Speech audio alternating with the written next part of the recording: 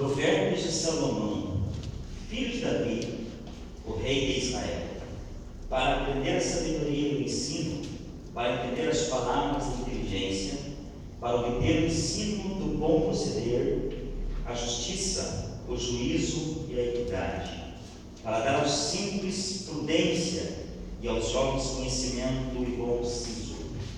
Ouça o sábio e cresça em prudência, e o instruído adquira habilidade, para entender provérbios e parábolas, as palavras e enigmas dos sábios. O temor do Senhor é o princípio do saber, mas os loucos desprezam a sabedoria e o ensino. Tem bastante pessoas que estão desprezando, né? Quando alguém disse no púlpito essa semana, todos que quiserem aprender, venham no domingo aí, né, irmãos? Eu dei uma olhada assim para a pessoa, que bom, né? É todos que querem aprender. E a própria pessoa que disse isso não veio. Amém? Senão ela não quer aprender, mas nós estamos para aprender. Sim ou não? Amém. Amém, Jesus? Amém. Aprender de quem? Do irmão Valdir? Do irmão Milton? Do pastor Sidney? Não, né?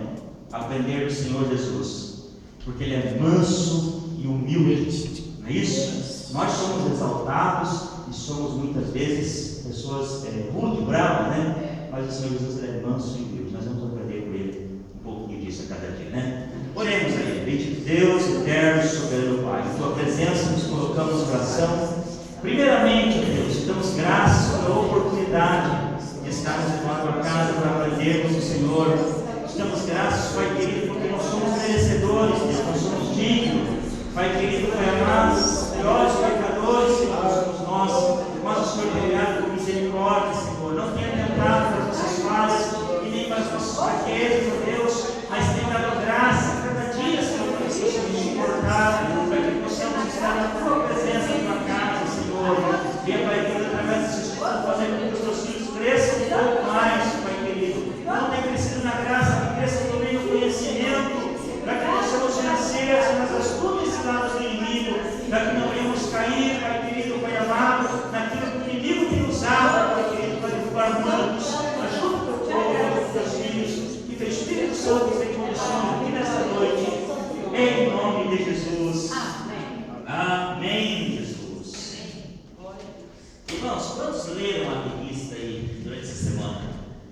Quantos têm lido a revista? Está na mão de vocês já faz mês, né? Quase um mês. Tá bom, né? Já leram e leram umas 3, 4 vezes pelo menos, né? Então fica fácil, né? Aquilo que eu não vou dir, a minha memória me trair, os irmãos estarão aí para me ajudar, com certeza.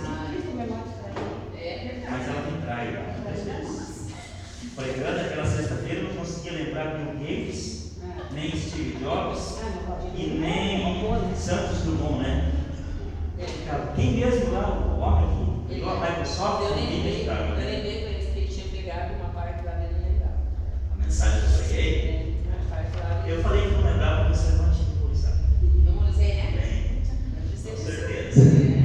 Amém, irmãos? Então, por que o irmão Nilton não está aqui hoje? Ele me mandou uma mensagem, era aí próximo das 3 horas, perguntando se ele poderia estar aqui. A minha resposta, irmão, estou no meio do trabalho da pós-graduação, tem que ser entregue hoje. E é bastante complexo, tinha que analisar lá muitos números de uma empresa e escrever sobre aqueles números. Então, aí, mas mesmo assim, fiz lá, correndo aquela parte da pós-graduação e correndo os slides dos irmãos. Quando você faz as coisas atropelado, a qualidade não vai ser a melhor. Então, eu peço perdão de antemão para os irmãos, que as falhas poderão ocorrer aí, é justamente por causa disso, por causa da nossa corrida, não é isso? Quando eu vou preparar algo, os irmãos sabem que eu fico a semana inteira, até 1h30, 2 horas da manhã, 3 horas da manhã, montando slide, porque eu não acredito que alguém venha aqui para perder tempo das 7 até as 9 da noite, né?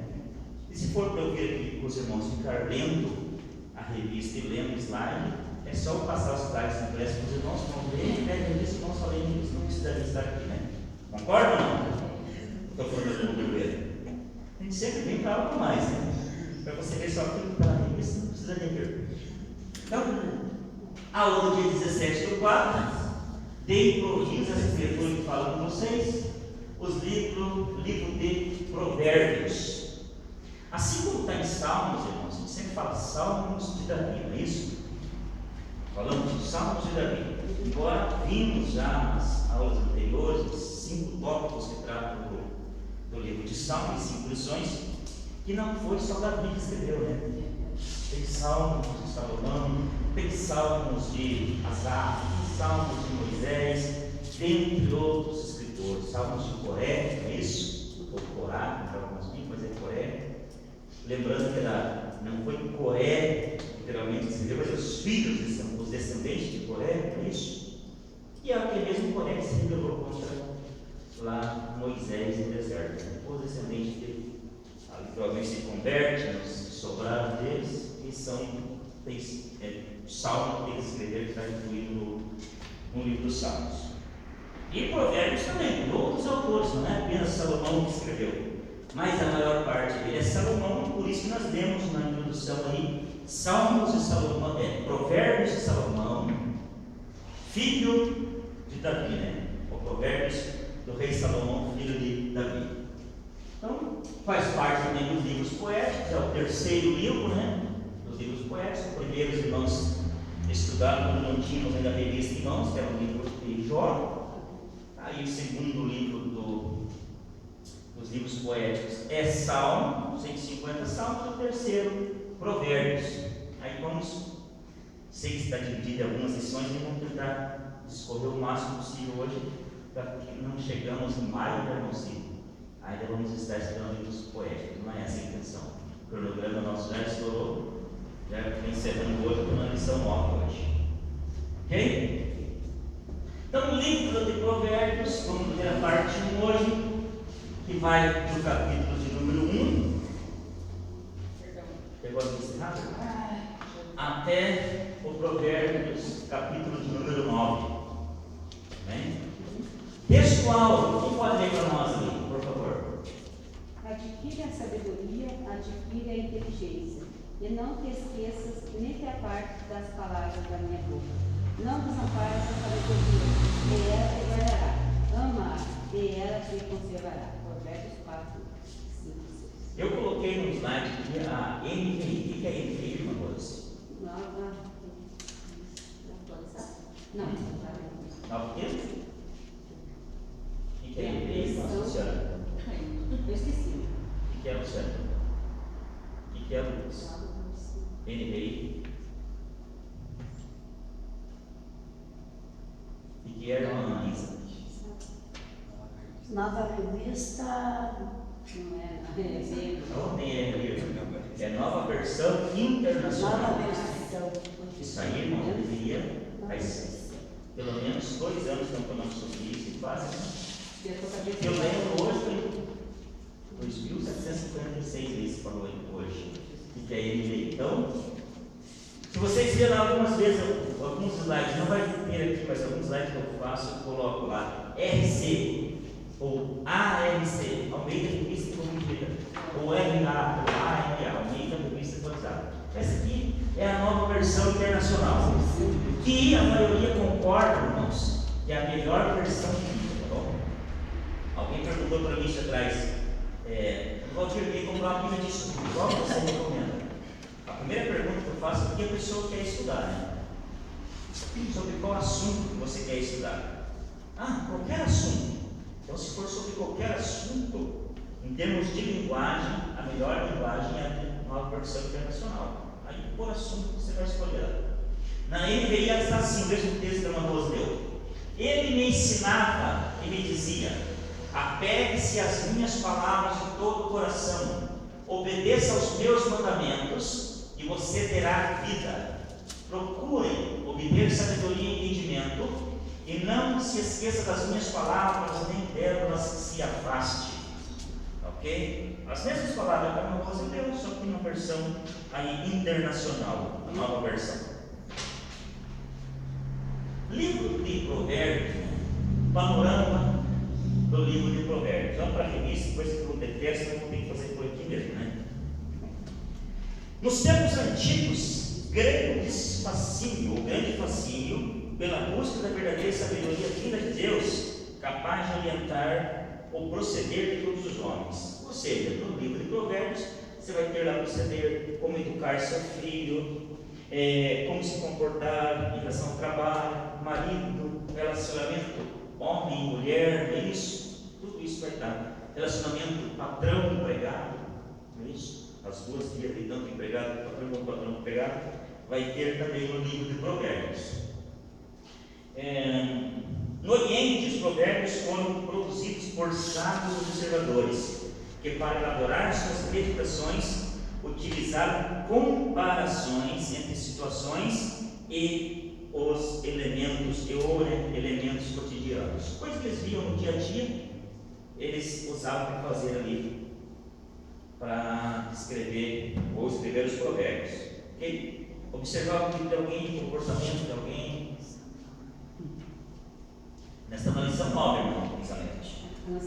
A autoria. Apesar de encontrarmos provérbios em todos os textos bíblicos, todo o texto bíblico, o livro que estudaremos nesta oportunidade tem uma grande coleção destes.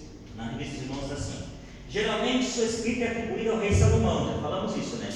Geralmente, né? Mas tem vários autores no livro de Provérbios. Em vista do fato de ser seu nome citado em 3 partes diferentes da obra. Porém, pode-se constatar em alguns capítulos que outros autores participaram desta compilação, sobretudo Agur, a quem é atribuída a autoria do capítulo 30, e o rei Lemuel, a quem é atribuída a redação do capítulo 30. E o rei Lemuel acredita que ele não era um hebreu ou um israelita, tá bom? Ok? Mas o Agur ali vai falar da porção sábia, né? A oração que ele faz lá, pedindo a porção dele diária. Provérbios ele vai tratar muito sobre o temor, não é isso? Temor do Senhor, que é o princípio de toda a sabedoria. E a sabedoria é algo que nós estamos buscando, não é isso? Qual que é a diferença de conhecimento para sabedoria? Os irmãos sabem ou não? Conhecimento se adquire estudando livros, pesquisa. E a sabedoria, eu creio que já é um dom já da vida de Deus. Mas entre as pessoas que são totalmente incrédulos, totalmente ateus, é isso? Podemos citar alguns nomes aí, né? E tem uma sabedoria muito grande. Conhecimento eu não consigo estar na linha certa, é tudo aquilo que eu consigo acumular, observando, lendo, na prática, é o conhecimento. A sabedoria, como que eu vou aplicar esse conhecimento? É isso, eu saber aplicar esse conhecimento, isso é a sabedoria, ok? Tem pessoas que têm um conhecimento enorme, tem ou não tem? Você vai conversar com ela, fica até gosto de ouvir essa pessoa falar. Mas se você coloca para fazer algo ali, ela não consegue sair dele, ela tem uma habilidade para fazer. Ela não consegue ser sábia na hora de tomar uma atitude. Temor pelo princípio da sabedoria. E o homem sábio, ele busca a sabedoria, né? Já tem o tolo, ou o louco, que ele pensa que já encontrou, né? Ele não precisa de mais nada, é isso? É ou não é? Pergunta a mim? Tá bom. Forma e função, 1.2 aí. Do lado tem um quadrinho dizendo assim, ó. Alguns teólogos acreditam que boa parte dos provérbios contidos no livro foi produzida por escritores anônimos, provavelmente ligados à classe dos sábios, a saber, figuras de autoridade entre o povo ou até professores que proclamavam seus discursos de sabedoria. Esses escritos eram recorrentes, tem vocês, né? Recorrentes entre a população que é utilizada no dia a dia. Aí 1.2, forma e função. Lembra nós uma coisa. Grande parte dos provérbios caracteriza-se por uma formação de 2 linhas, que compõem uma unidade congruente à segunda linha. Opa, peraí. Uma formação de 2 linhas, que compõem uma unidade congruente. Congruente à segunda linha, de alguma forma corresponde à primeira. Provérbios 17, 5. Isso, 24, 5. 5, 29 e 8. De modo geral, os provérbios podem ser agrupado em 3 conjuntos principais. Eu acho melhor só as outras versículos. Discursos educativos, provérbios do capítulo 1 até o capítulo 9, aí do capítulo 22, versículo 17 até o capítulo 24, versículo 22, e provérbios capítulo 31, do versículo 1 até o 9, ou ditados incisivos, provérbios capítulo 10, versículo 1 até o 22, versículo 16, e provérbios 24, versículo 23 até o 34, e do 25 até o 29, do capítulo 25 até o 29. Apêndices, provérbios de Agura, capítulo 30, e de Lemuel, provérbios 31, né? O 30, Agura e 31, Lemuel. Teologia do livro. Estudiosos costumam classificar o livro de provérbios. Teologia do livro. Eu tinha certeza que o cara era teologia do livro, né? Estudiosos costumam classificar o livro de provérbios como uma obra centrada na sabedoria prática. No entanto, a partir de um estudo mais aprofundado do volume, percebe-se nuances de teologia hebraica, entre outros temas destaques. A onisciência de Deus. O que é onisciência, irmãos? O que é onisciência? Não esqueci. Não é para esquecer, é para você saber. Você esquece o que você decora. Decorei agora, esqueço daqui a pouco. Que Deus sabe tudo. Os 3 onis de Deus: onisciência, onipresença e onipotência. Onisciência, Deus sabe tudo. Onipresença, Deus está em todos os lugares. Onipotência, Deus pode tudo. Tudo. Só não faz viagem porque Ele está presente em todos os lugares. Só não olha para cima porque Ele está acima de tudo, não é isso? E só não se adora porque Ele não se adora, né? Tem eu e você para adorar a Ele, é isso? Mas Ele pode tudo, né? A soberania divina, Provérbios 16, 4, 9, 19, 21 e capítulo 22, verso 2. Deus como supremo Criador, lá em Provérbios 14, 31, 17, 5, 20, versículo 12. E Deus como governante da ordem moral do universo, Provérbios 10, vamos ler isso aqui? Provérbios 10, 27 e versículo 29. E depois alguém abre Provérbios 12. Versículo 2. Primeiro Provérbios 10. 10, 27 e o versículo 29.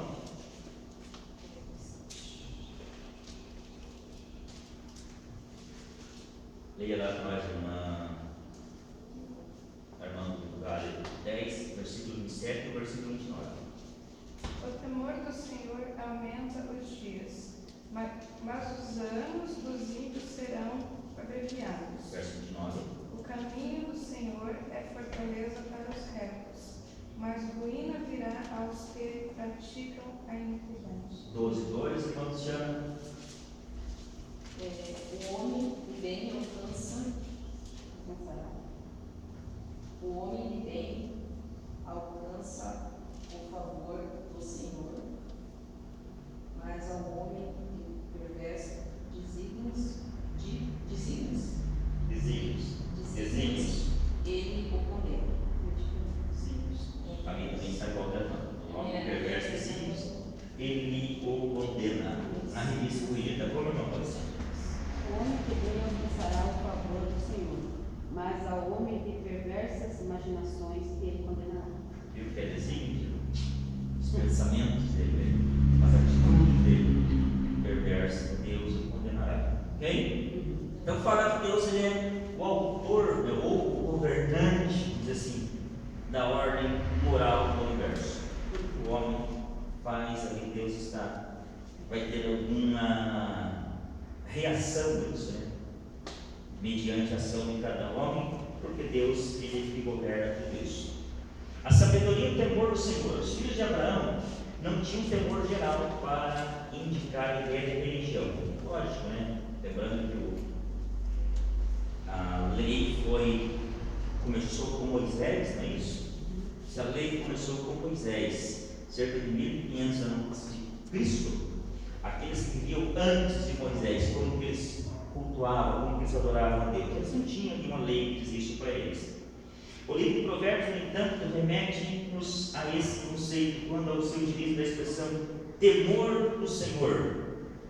O pensamento é que toda sabedoria, inclusive a que se relaciona com as questões práticas da vida, tem como causa primária o temor do Senhor. Foi introduzido nos escritos judaicos por antigos sábios. O que é temor, irmãos? Tem diferença entre temor e medo? Qual que é a diferença que você tem?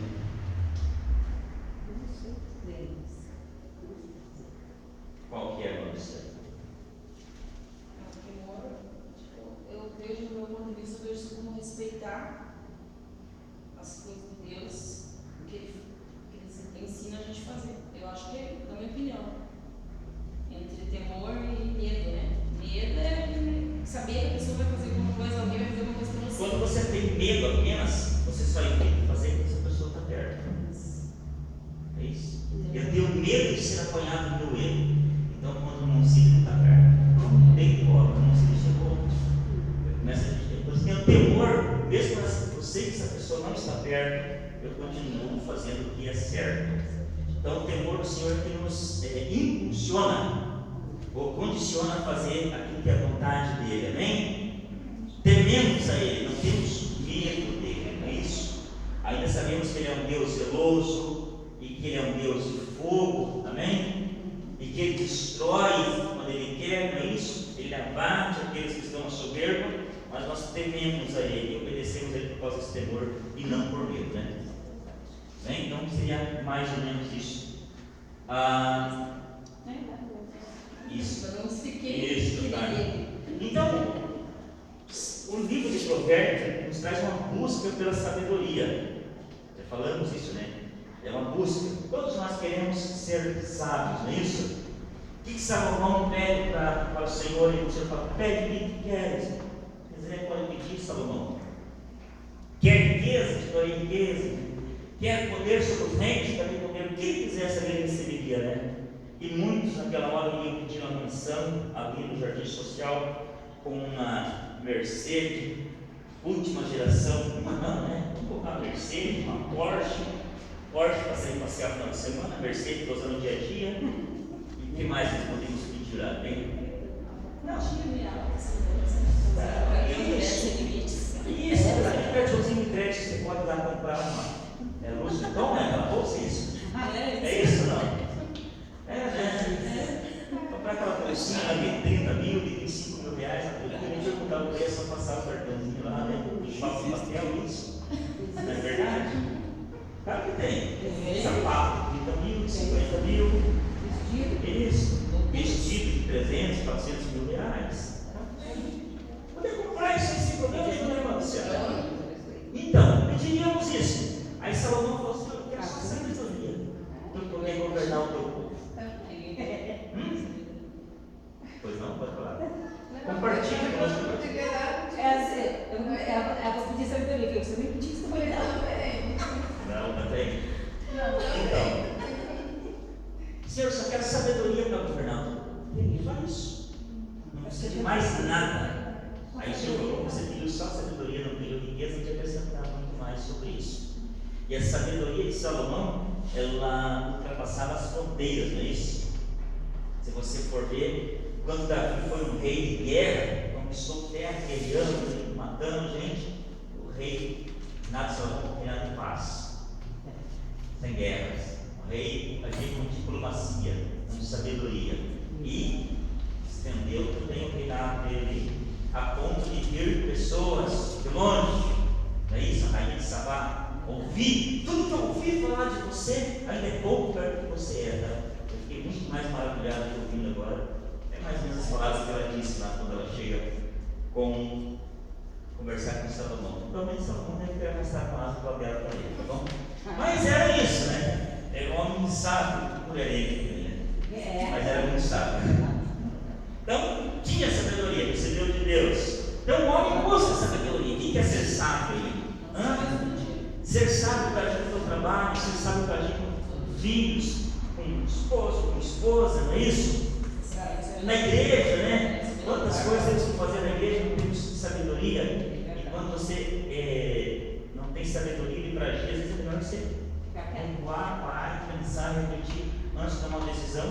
porque provavelmente algum fracasso vai ter se você agir pelo impulso, não é isso?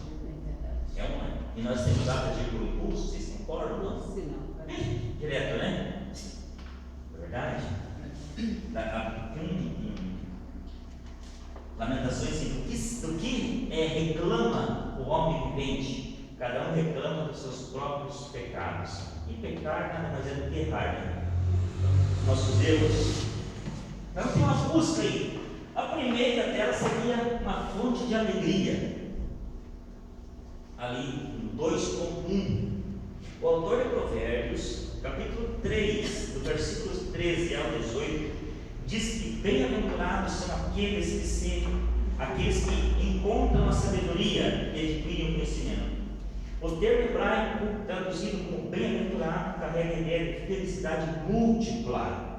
Amém? Não é uma simples alegria, não é uma simples felicidade, mas é uma múltipla felicidade.